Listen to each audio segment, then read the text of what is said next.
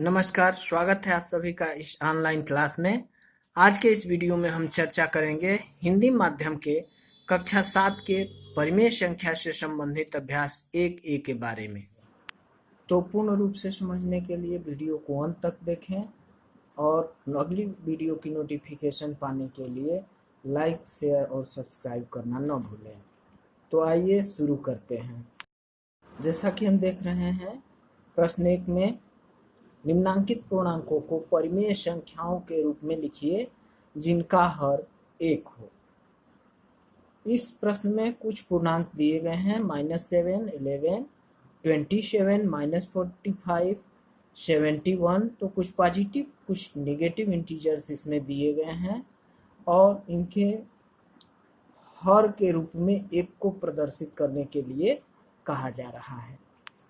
इस प्रश्न को हल करते हुए हम -7/1, 11/1, 27/1, -45/1, 71/1 के रूप में लिख सकते हैं, जिससे हमें ये संख्या p/q के रूप में भी दिखा पा रहे हैं, जबकि 1 से किसी भी संख्या में डिवाइड करने पर, भाग देने पर संख्या के मान पर कोई प्रभाव नहीं पड़ता है। तो इस प्रकार हम हर के रूप में 1 को व्यक्त कर सकते हैं।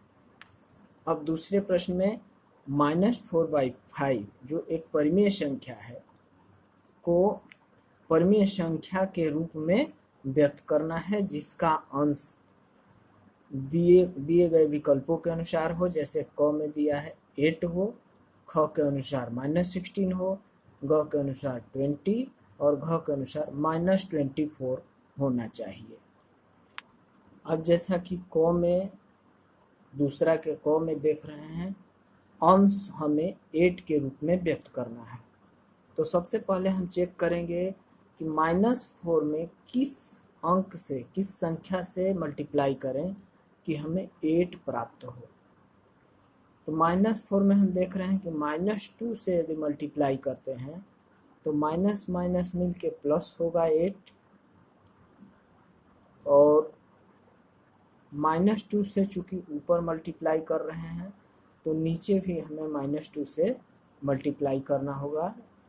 परिमेयीकरण करना इसे कहते हैं। तो -2 से हम इस संख्या का परिमेयीकरण कर देंगे, तो आपको अंश के रूप में 8 और हर के रूप में -10 प्राप्त होगा।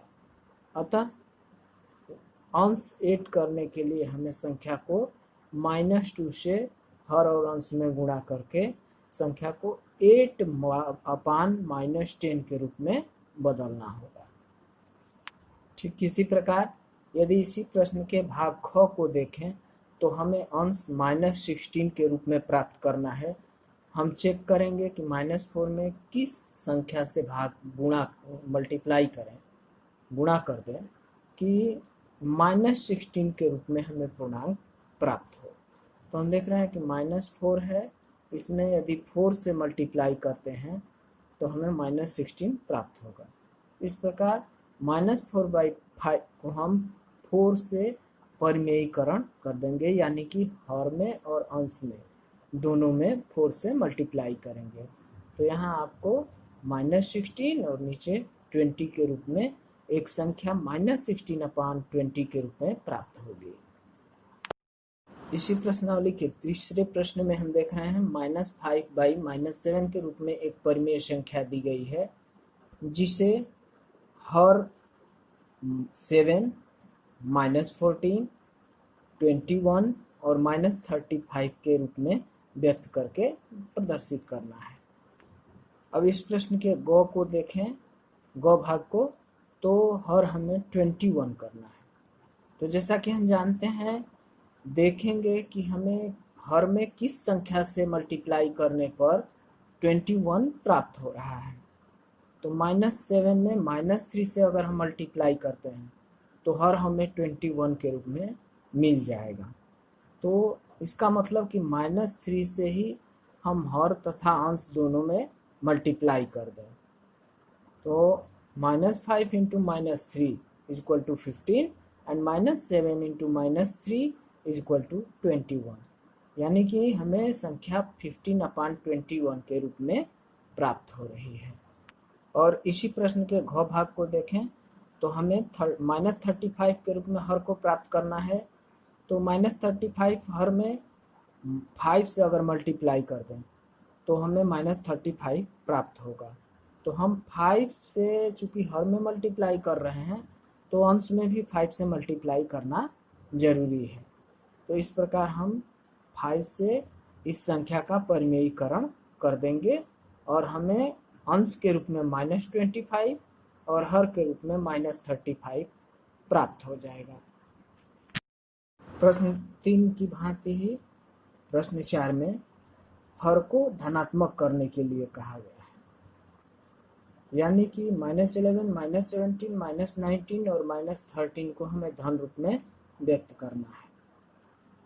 अब हम चिन्ह को देखेंगे, ये -11 है तो माइनस में जानते हैं हम कि माइनस से मल्टीप्लाई करेंगे तो हमें प्लस मिल जाएगा। तो -9 इंटू -1 अपन -11 इंटू -1, जब हम मल्टीप्लाई करेंगे ये पॉजिटिव हो जाएगा आपका +11 और ऊपर भी +9। तो हर और अंश दोनों हमारा पॉजिटिव हो गया, लेकिन प्रश्न के अनुसार हमें पॉजिटिव हर जो है प्राप्त हो गया है। अब इसी प्रश्न के भाग ख में भी हम सेम यही प्रक्रिया अपनाएंगे, -1 से परिमेयीकरण करेंगे ताकि हमें हर पॉजिटिव के रूप में प्राप्त हो सके। तो हम देख रहे हैं अंश तो हमारा निगेटिव हो गया, लेकिन हर जो है हमें पॉजिटिव प्राप्त हो गया। पिछले प्रश्न में हमें हर को धनात्मक बनाना था, अब इस प्रश्न में हमें अंश को धनात्मक बनाना है। अंश को क्या कर देना है? धनात्मक बनाना है। इसके लिए हमें अंश का जो चिन्ह है उसी चिन्ह के साथ 1 से मल्टीप्लाई करना होगा ताकि हमारा अंश जो है धनात्मक हो जाए। भाग क के अनुसार परिमेय संख्या -7/13 को हमें पॉजिटिव अंश के रूप में दिखाना है। तो माइनस चूंकि साइन है यहाँ तो हम माइनस से ही मल्टीप्लाई करेंगे।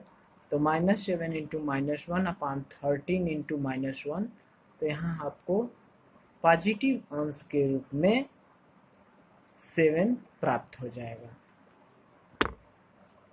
इसी प्रकार भाग ख की बात करें तो -11/-19, माइनस है तो हम माइनस से मल्टीप्लाई करेंगे। -11 इंटू -1/-19 इंटू -1 इक्वल टू 11/19, जहाँ हमें 11 जो है पॉजिटिव अंश के रूप में मिल जाता है।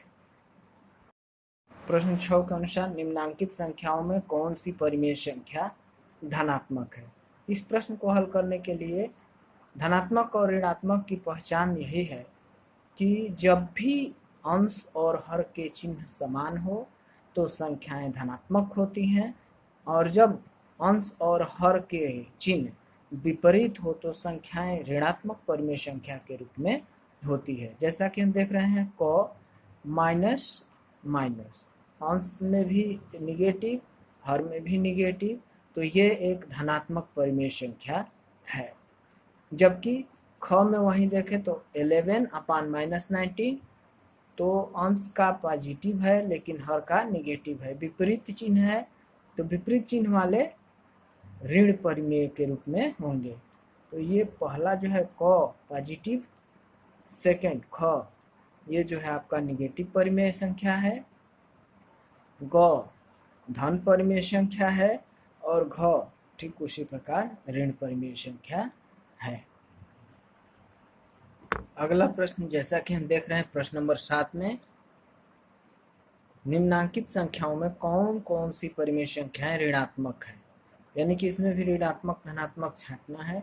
तो जैसा हमने ऊपर देखा -7/11 हर और अंश के चिन्ह विपरीत होने के कारण ये एक ऋणात्मक परिमेय संख्या होगी, ये धनात्मक परिमेय संख्या, ग ऋणात्मक परिमेय संख्या और घ धनात्मक परिमेय संख्या होगी। प्रश्न नंबर 8 में निम्नलिखित परिमेय संख्याओं को सरलतम रूप में व्यक्त करना है। सरलतम रूप में व्यक्त करने के लिए हम हर और अंश के निरपेक्ष मानों का मौशा ज्ञात करते हैं और मौशा से अंश तथा हर में क्रमशः भाग देने से सरलतम रूप प्राप्त हो जाता है। उपयुक्त प्रश्न के भाग ख को अगर देखें तो -18 अपान -27 यानी कि अंश के रूप में -18 और हर के रूप में -27 है। अब यदि अंश का निरपेक्ष मान हम ले तो 2 × 3 × 3, क्योंकि निरपेक्ष मान हमेशा माइनस चाहे प्लस, निरपेक्ष मान हमेशा धनात्मक ही होता है। 18 = 2 × 3 × 3 मल्टीप्लाई के रूप में हमने फैक्टर कर दिया इसका। इसी प्रकार -27 के लिए 3 × 3 × 3। अब हम देख रहे हैं कि 18 और 27 का मौशा जो है आपको 3 × 3 अर्थात 9 के रूप में प्राप्त हो रहा है। अब हम इस मौशा 9 से हर तथा अंश दोनों में डिवाइड करेंगे तो अंश आपको -2 और हर -3 के रूप में प्राप्त होगा, जबकि ये -2 अपान -3 एक धन परिमेय संख्या है। इसे हम -1 से परिमेयीकरण करके 2/3 के रूप में भी लिख सकते हैं। अब हमें रिक्त स्थानों की पूर्ति करनी है तो 4 में -5 से मल्टीप्लाई करेंगे तो हमें -20 हर के रूप में प्राप्त होगा। तो चूंकि नीचे -5 से मल्टीप्लाई करना पड़ रहा है तो ऊपर भी -5 से मल्टीप्लाई करना होगा। तो -3 × -5 = 15, यानी कि इस खाली स्थान पर हमें 15 को लिखना होगा। और इसी प्रकार 4 में यदि हम 7 से मल्टीप्लाई करें तो 28 जो है हर के रूप में प्राप्त होगा। तो हम 7 से ही इसका परिमेयीकरण करेंगे तो -3 से जब 7 में मल्टीप्लाई करेंगे हमें इस रिक्त स्थान पर -21 प्राप्त होगा। अब प्रत्येक के समतुल्य संख्याएं प्राप्त करने के लिए हम दी गई संख्याओं में किसी एक ही संख्या से हर तथा अंश में गुणा करके दी गई संख्या का परिमेयीकरण करेंगे। जैसे 2 × 2 अपान 5 × 2 हमें 4/10 के रूप में एक संख्या प्राप्त हो जाएगी। फिर यदि इसी को 3 से रेशनलाइजेशन यानी कि परिमेयीकरण करें, फिर 4 से परिमेयीकरण करें, 5 से परिमेयीकरण करें, -3 -2 से परिमेयीकरण करें, तो इस प्रकार हम कई समतुल्य संख्याएं प्राप्त कर सकते हैं। Thanks for watching. अगले भाग के लिए अगले वीडियो में मिलेंगे, तब तक के लिए धन्यवाद।